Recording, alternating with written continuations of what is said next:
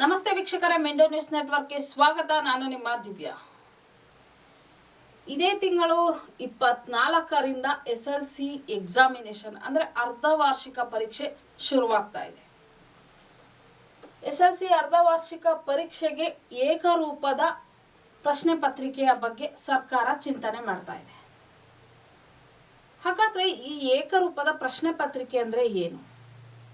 ಇದರ ಬಗ್ಗೆ ಚಿಕ್ಕ ಮಾಹಿತಿ ವೀಕ್ಷಕರೇ.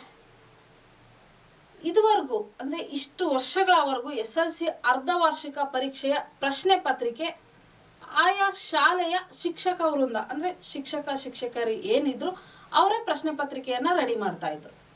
ಆದ್ರೆ ಇನ್ನು ಮುಂದೆ ಶಿಕ್ಷಣ ಇಲಾಖೆಯಿಂದನೇ ಪ್ರಶ್ನೆ ಪತ್ರಿಕೆ ಬರುತ್ತೆ ಎಲ್ಲ ಶಾಲೆಗಳಿಗೂ ಕೂಡ.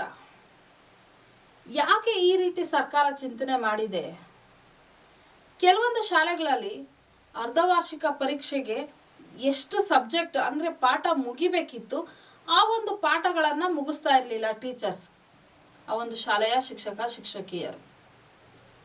ಫಾರ್ ಎಕ್ಸಾಂಪಲ್, ಒಂದು ಸಬ್ಜೆಕ್ಟ್ ಅಂದ್ರೆ ಒಂದು 10 ಸಬ್ಜೆಕ್ಟ್ ಇದೆ ಒಂದು ಕನ್ನಡ ಅಂದಾಗ ಅದ್ರಲ್ಲಿ 10 ಪಾಠ ಇದೆ ಅಂದ್ರೆ ಅರ್ಧ ವಾರ್ಷಿಕ ಪರೀಕ್ಷೆ ಅಷ್ಟೊತ್ತಿಗೆ ಒಂದು 5 ಪಾಠವನ್ನ ಮುಗಿಸಿರ್ಬೇಕು, ಇನ್ನ 5 ಪಾಠವನ್ನ ಇನ್ನೊಂದು ಪರೀಕ್ಷೆ ಅಂದ್ರೆ ಫೈನಲ್ ಎಕ್ಸಾಮ್ ಏನಿದೆ ಅಷ್ಟರಲ್ಲಿ ಮುಗಿಸ್ಬೇಕಿತ್ತು. ಆದ್ರೆ ಕೆಲವೊಂದು ಶಾಲೆಯ ಶಿಕ್ಷಕರು ಬರೀ ಒಂದು 3 ಪಾಠ ಮಾತ್ರ ಮುಗಿಸೋದು ಅರ್ಧ ವಾರ್ಷಿಕ ಪರೀಕ್ಷೆ ಅಷ್ಟರಲ್ಲಿ, ಇನ್ನು ಉಳಿದಂತ 7 ಪಾಠಗಳನ್ನ ಫೈನಲ್ ಎಕ್ಸಾಮ್ ಏನಿದೆ ಆ ಒಂದು ಫೈನಲ್ ಎಕ್ಸಾಮ್ ಅಷ್ಟರಲ್ಲಿ ಮುಗಿಸ್ತಾ ಇದ್ರು. ಈ 3 ಪಾಠ ಏನ್ ಮುಗಿಸಿರ್ತಾರೆ ಆ ಒಂದು 3 ಪಾಠಕ್ಕೆ ಸಂಬಂಧಪಟ್ಟಂತೆ ಮಾತ್ರ ಪ್ರಶ್ನೆ ಪತ್ರಿಕೆಗಳನ್ನ ರೆಡಿ ಮಾಡ್ತಾ ಇದ್ರು, ಅದನ್ನ ಮಾತ್ರ ಮಕ್ಕಳಿಗೆ ಕೊಡ್ತಾ ಇದ್ರು.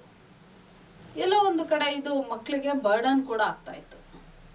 ಯಾಕಂದ್ರೆ ಬರೀ 6 ತಿಂಗಳಲ್ಲಿ 3 ಪಾಠವನ್ನ ಮಾತ್ರ ಕಲ್ತಿರ್ತಾರೆ, ಇನ್ನು 6 ತಿಂಗಳಲ್ಲಿ 7 ಪಾಠಗಳನ್ನ ಕಲಿಬೇಕಂದಾಗ ಅವ್ರಿಗೂ ಕಷ್ಟ ಆಗ್ತಾ ಇತ್ತು. ಎಲ್ಲ ಶಾಲೆ ಅಲ್ಲ, ಕೆಲವೊಂದು ಶಾಲೆಗಳಲ್ಲಿ ಇದು ಮಕ್ಕಳಿಗೆ ಹೊರೆ ಆಗ್ತಾ ಇತ್ತು. ಅದರಿಂದ ಸರ್ಕಾರ ಈಗ ಏನ್ ಚಿಂತನೆ ಮಾಡಿದೆ ಅದು ಒಂದು ಒಳ್ಳೆ ಚಿಂತನೆ ಅಂತಾನೆ ಹೇಳ್ಬೋದು. ಮಕ್ಕಳಿಗೆ ಹೊರೆಯನ್ನ ತಪ್ಪಿಸ್ತಾ ಇದೆ ಇದು. ಇದರಿಂದ ಶಿಕ್ಷಕಿಯರು ಏನಿದ್ದಾರೆ ಅವರು ಕೂಡ 6 ತಿಂಗಳಿಗೆ ಎಷ್ಟು ಸಬ್ಜೆಕ್ಟ್ ಅನ್ನ ಮುಗಿಸ್ಬೇಕೋ ಅಷ್ಟು ಸಬ್ಜೆಕ್ಟ್ ಅನ್ನ ಪೂರ್ತಿ ಮಾಡೋದಕ್ಕೂ ಸಹ ಇದು ಅನುಕೂಲ ಆಗುತ್ತೆ. ಹಾಗಾಗಿ ಸರ್ಕಾರನೇ ಏಕರೂಪ ಪ್ರಶ್ನೆ ಪತ್ರಿಕೆ ಅಂದ್ರೆ ಶಿಕ್ಷಣ ಇಲಾಖೆಯಿಂದನೇ ಅರ್ಧ ವಾರ್ಷಿಕ ಪರೀಕ್ಷೆಗೂ ಕೂಡ ಪ್ರಶ್ನೆ ಪತ್ರಿಕೆಯನ್ನ ಕೊಡ್ತಾ ಇದ್ದಾರೆ. ಅದು ಇದೇ ತಿಂಗಳ ಅಂದ್ರೆ ಸೆಪ್ಟೆಂಬರ್ ಇಂದ ಏನು ಎಕ್ಸಾಮಿನೇಷನ್ ಇದೆ ಅರ್ಧ ವಾರ್ಷಿಕ ಪರೀಕ್ಷೆ, ಈ ಒಂದು ಅರ್ಧ ವಾರ್ಷಿಕ ಪರೀಕ್ಷೆಗೇನೆ ಶಿಕ್ಷಣ ಇಲಾಖೆಯಿಂದ ಪ್ರಶ್ನೆ ಪತ್ರಿಕೆಗಳು ಬರ್ತಾ ಇದ್ದಾವೆ. ಸೆಪ್ಟೆಂಬರ್ ಅಂದ್ರೆ ಈ ತಿಂಗಳು 24ರಿಂದ ನವೆಂಬರ್ 1ರವರೆಗೂ ಸಹ ಅರ್ಧ ವಾರ್ಷಿಕ ಪರೀಕ್ಷೆ ಇದೆ. ನವೆಂಬರ್ 2ನೇ ತಾರೀಕು ಗಾಂಧಿ ಜಯಂತಿ ಕೂಡ ಇದೆ, ಅದಾದ ನಂತರ ಅಮಾವಾಸ್ಯೆ ಇದೆ. ಹಾಗಾಗಿ ದಸರಾ ರಜೆಗಳು ಶುರುವಾಗ್ಬೋದು ಅಂದ್ರೆ ಕಂಟಿನ್ಯೂಟಿ ಆಗ್ಬೋದು ಅನ್ನೋ ಒಂದು ಮಾಹಿತಿ ಕೂಡ ಇದೆ. ಅದರಿಂದ ನವೆಂಬರ್ 1ಗೆ SLC ಎಕ್ಸಾಮ್ಗಳನ್ನ ಮುಗಿಸುವಂತಹ ಒಂದು ರೂಪುರೇಷೆ ಹಾಕೊಂಡಿದೆ. ಹಾಗಾಗಿ 24ಕ್ಕೇನೆ ಎಕ್ಸಾಮಿನೇಷನ್ ಸ್ಟಾರ್ಟ್ ಆಗ್ತಾ ಇದೆ. ಇನ್ನು ಪೋಷಕರು ಮತ್ತೆ ಮಕ್ಕಳು ಹಾಗೂ ಶಾಲಾ ಶಿಕ್ಷಕ ವೃಂದ ಇವರು ಈ ಒಂದು ವಿಚಾರವಾಗಿ ಮಕ್ಕಳಿಗೆ ಪ್ರಿಪೇರ್ ಮಾಡಬೇಕಾಗುತ್ತೆ. ಯಾವ ರೀತಿಯಾಗಿ ಈ ತರ ಬರ್ತಾ ಇದೆ ಇನ್ನು ಮುಂದಕ್ಕೆ ಪ್ರಶ್ನೆ ಪತ್ರಿಕೆ, ಹಾಗಾಗಿ ನಾವು ಇಷ್ಟು ಪಾಠಗಳನ್ನ ಮುಗಿಸ್ತೀವಿ, ಅಷ್ಟು ಪಾಠಗಳಲ್ಲೂ ಸಹ ನೀವು ಪ್ರಿಪೇರ್ ಆಗಬೇಕು, ಓದಬೇಕು, ಕಲಿಬೇಕು ಅನ್ನೋ ವಿಚಾರವಾಗಿ ಆ ಮಕ್ಕಳನ್ನ ಪ್ರಿಪೇರ್ ಮಾಡ್ತಾ ಹೋಗ್ಬೇಕಾಗುತ್ತೆ.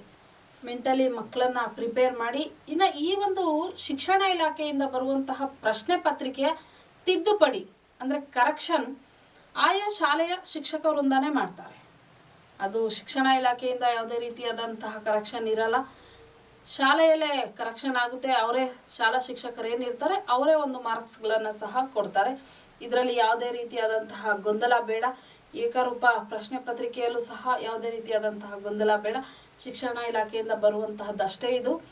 ಮಾರ್ಕ್ಸ್ಗಳನ್ನ ಶಾಲಾ ಶಿಕ್ಷಕರಿಂದಲೇ ಕೊಡ್ತಾರೆ. ಹಾಗಾಗಿ ಗೊಂದಲ ಬೇಡ ಅನ್ನೋ ರೀತಿಯಾಗಿ ಮಕ್ಕಳನ್ನ ಪ್ರಿಪೇರ್ ಮಾಡಿ, ಮೆಂಟಲಿ ಪ್ರಿಪೇರ್ ಮಾಡಿ ಅಂತ ಹೇಳ್ತಾ ಇದಾಗಿತ್ತು ಈ ಕ್ಷಣದ ಸುದ್ದಿಗಳು. ನಿರಂತರ ಸುದ್ದಿಗಾಗಿ ನೋಡ್ತಾ ಇರಿ ಮೆಂಡೋ ನ್ಯೂಸ್ ನೆಟ್ವರ್ಕ್.